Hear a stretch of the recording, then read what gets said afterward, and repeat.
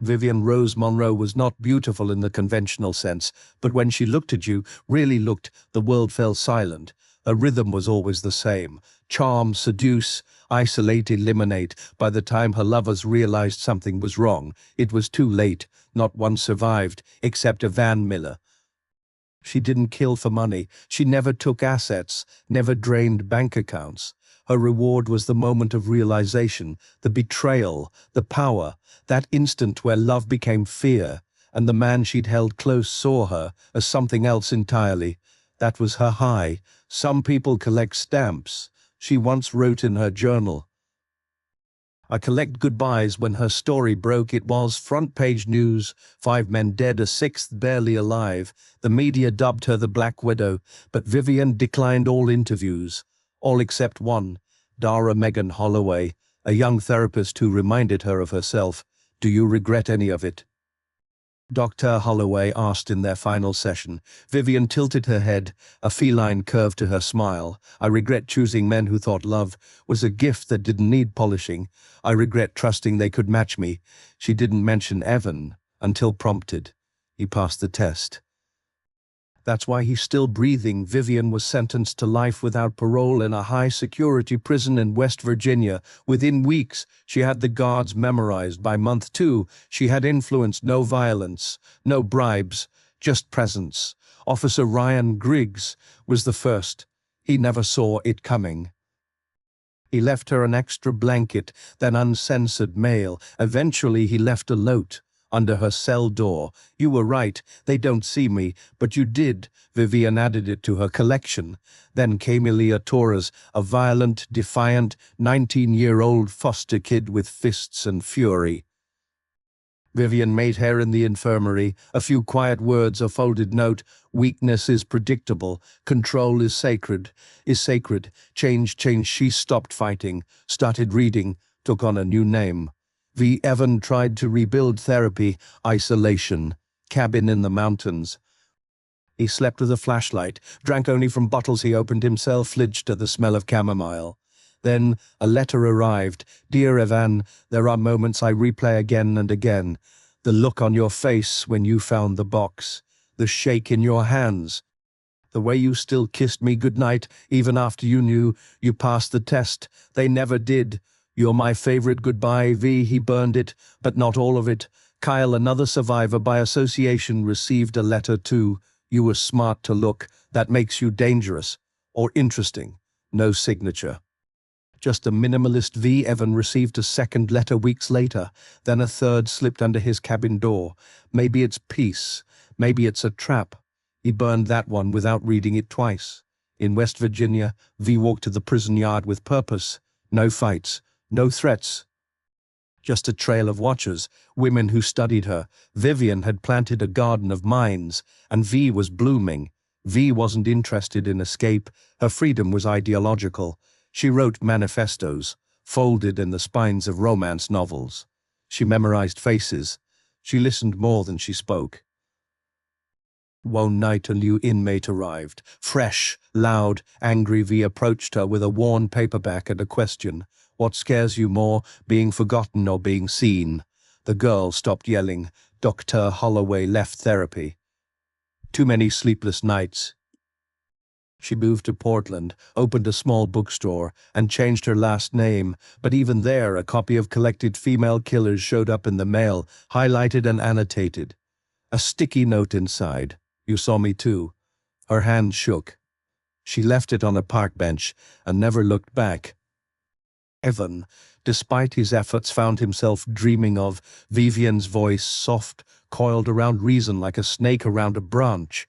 He installed a security system, then a backup. But one morning he found a tulip on his porch, chamomile-scented oil on the petals. He moved again. Wara versus prison mates. Darlene began calling herself Rar. Then Mem identity spread like a virus. No one sure what it meant, just that it marked a shift. A small cluster of inmates began using code names, quoting passages from Vivien's court transcripts like scripture. Vivien watched from her cell, smiling. She didn't write anymore. She didn't need to. Her legacy was now oral tradition, her name mythologized.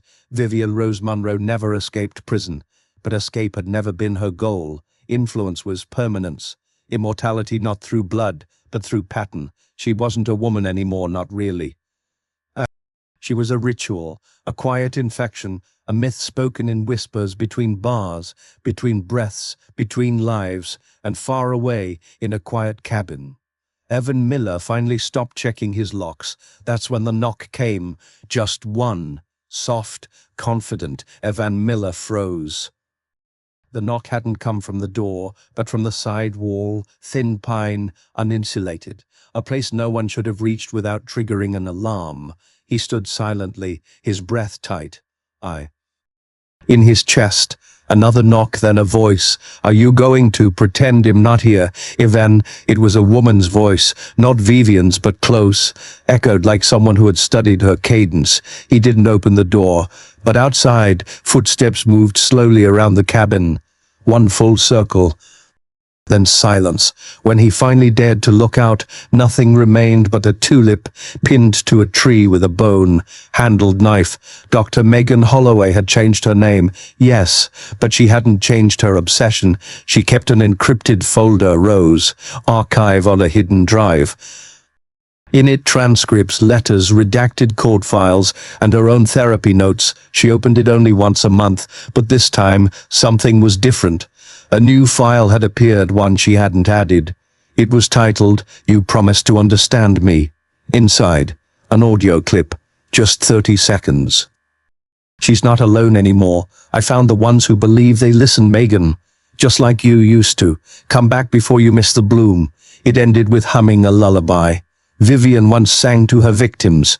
V now commanded silence in the yard. Even the guards adjusted their paths.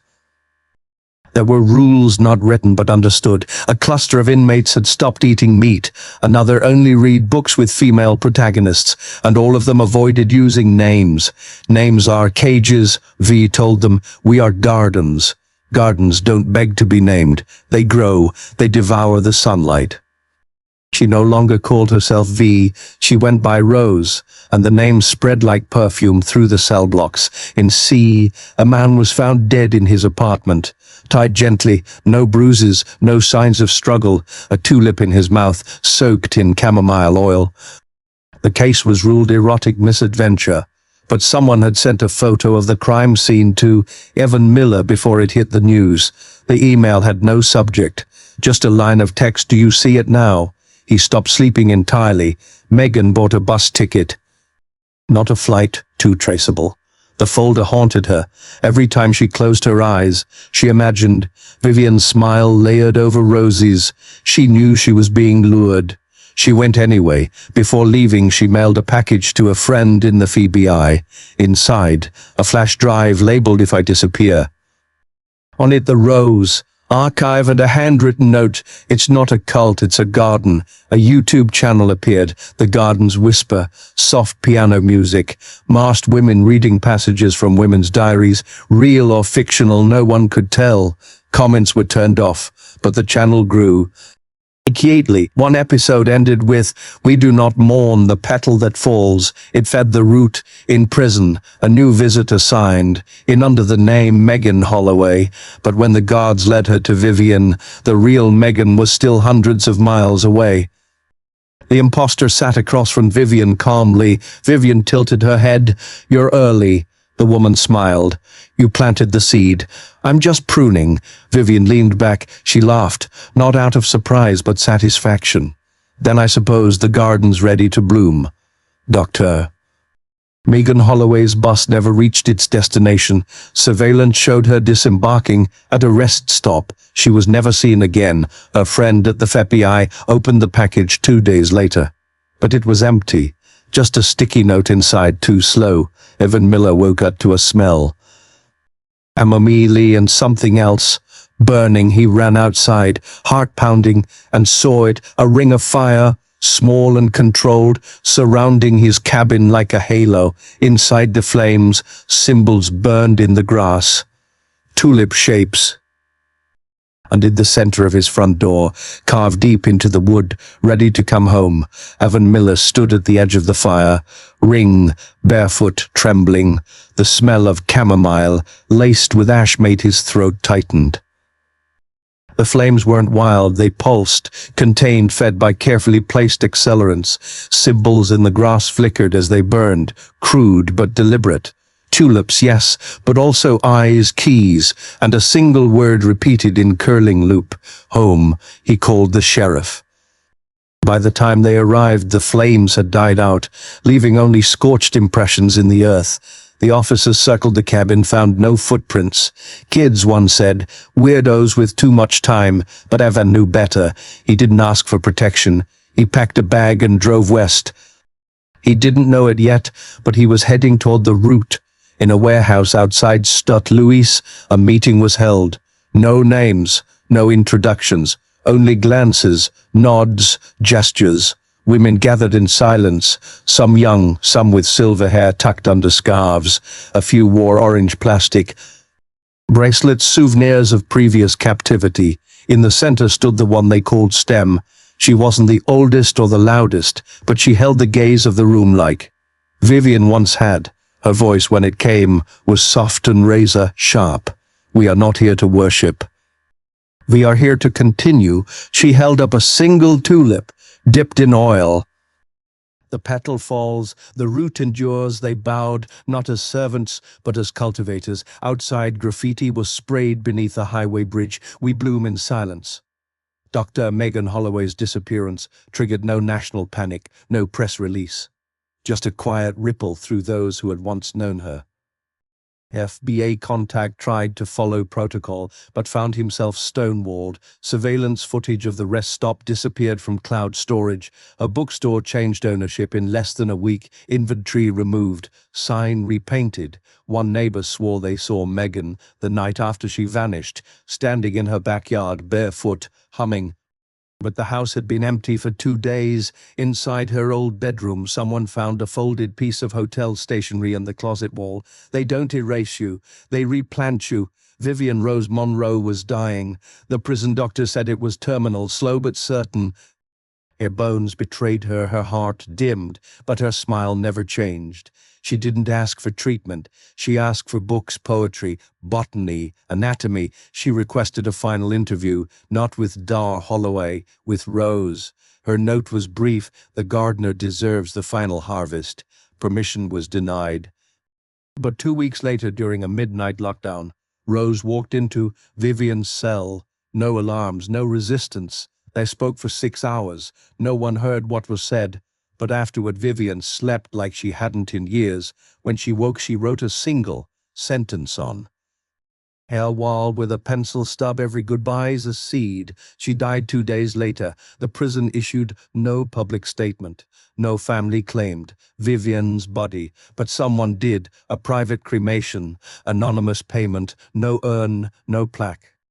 Instead, a scattering ashes folded into handmade paper, embossed with floral ink. The papers were mailed across the country, to women, to girls, to institutions, clinics, bookstores. Each paper bore the same phrase: "What will you grow?"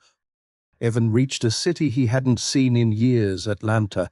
He stayed in a motel that smelled like bleach and nostalgia. Every knock on the wall made his shoulders twitch. He tried not to look in mirrors. One night, a key card slipped under his door.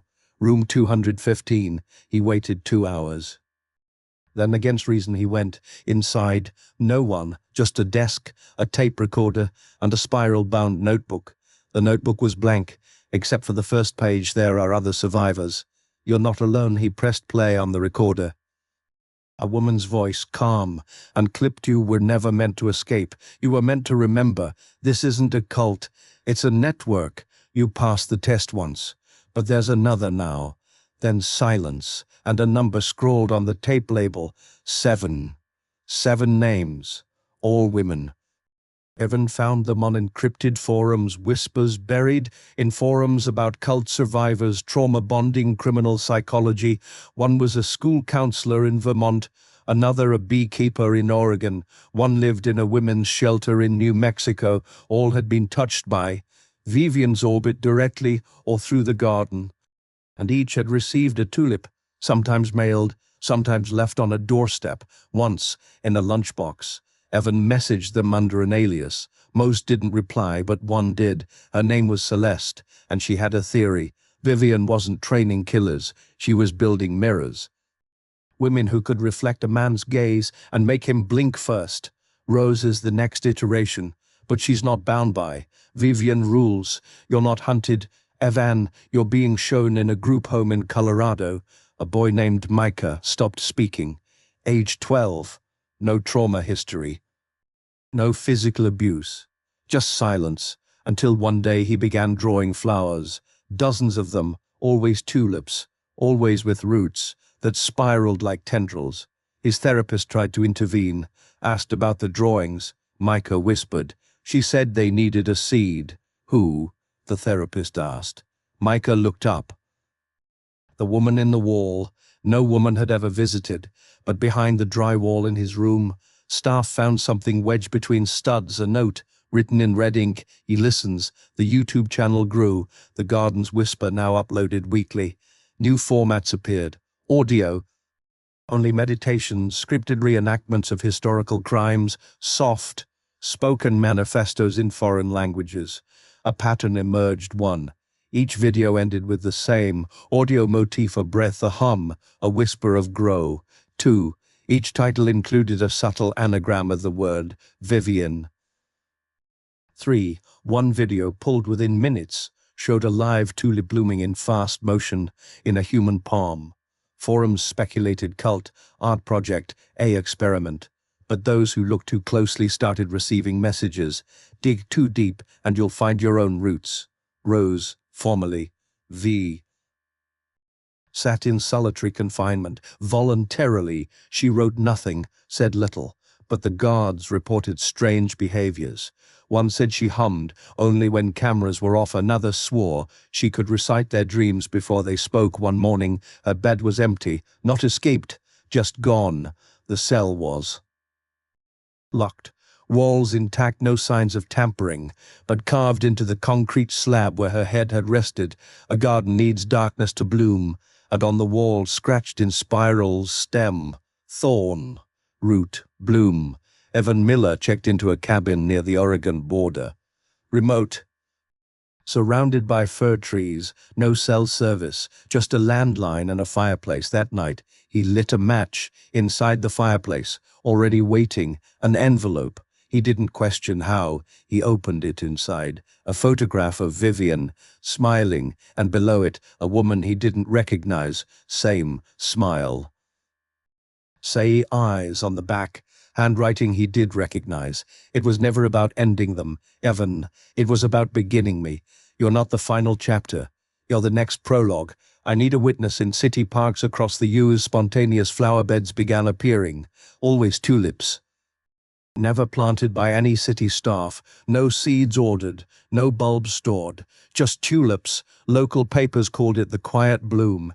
In 3 cities, volunteers reported finding paper notes folded in the dirt. One said, every cut flower's anew. Another, the petals are not soft, they are blades. The last one, found by a girl on a school field trip. Welcome to the garden. She took it home. She tucked it into her diary. She started drawing. Vivien Rose Monroe never left prison. Her ashes scattered, her name retired, her legacy sealed in silence. But she did not need to move to grow. She became a right, passed not by blood but by recognition. The garden does not ask for loyalty, only attention. It whispers between pages, between bars, between breaths. And somewhere in a basement lined with photographs and red thread, a man screams into a mirror, not because he sees a monster, but because he sees her, behind his own eyes, smiling, in an abandoned tunnel beneath Chicago's west side. A lantern flickered. Footsteps approached, bare, careful in the dust. Footprints fresh on the wall, freshly painted. She is soil, she is seed. She is the silence between screams. A child's voice echoed in the dark. Are we ready? And another voice, softer, feminine, melodic, ancient. Yes, little root. Let us begin again. Then silence and the sound of humming.